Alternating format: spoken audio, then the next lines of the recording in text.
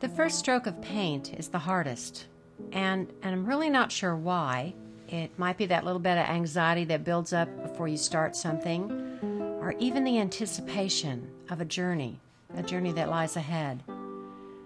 When I paint, my knife is my tool of choice, and I have a favorite size, and I won't use anything else but that knife.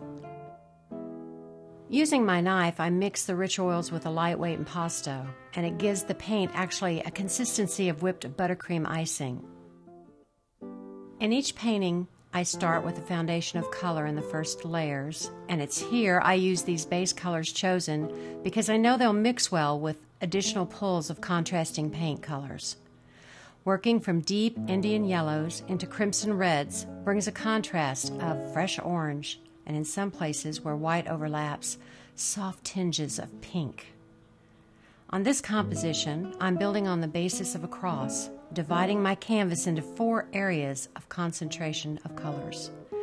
I have wide areas of reds, Indian yellows, and whites, 3 colors now to contrast with pulls with an additional group of soft pinks and brilliant oranges.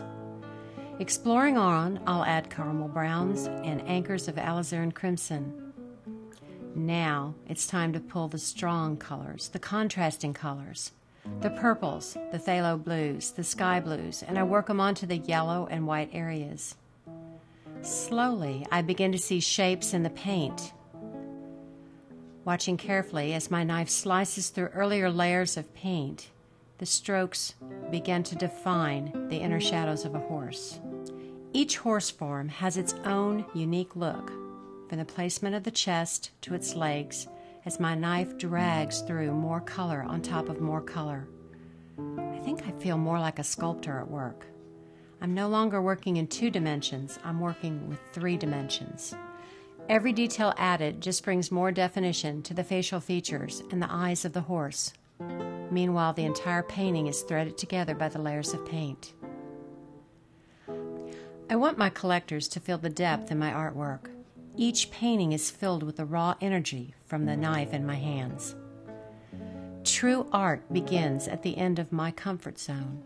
Each painting brings new temptations and risks to challenge me. It's a new journey every time I take my knife in hand.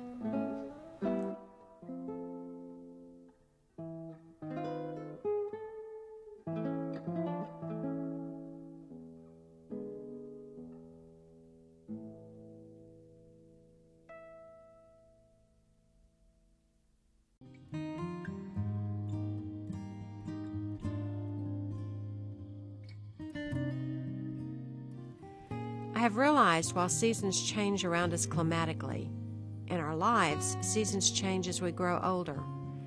It's our life experiences. They seem to give way to a deeper appreciation of our surroundings. For an artist, these seasons, they're really critical to growth. They provide us with constant renewal and discovery. Living in our new country home has brought out an explosive creative energy. I'm no longer chained to my studio and photographic images. I just walk outside the door and I find a new studio, and there's no limit to composition or subject matter.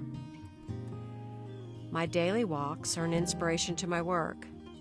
God's brilliant palette goes way beyond anything I can mix with my paints.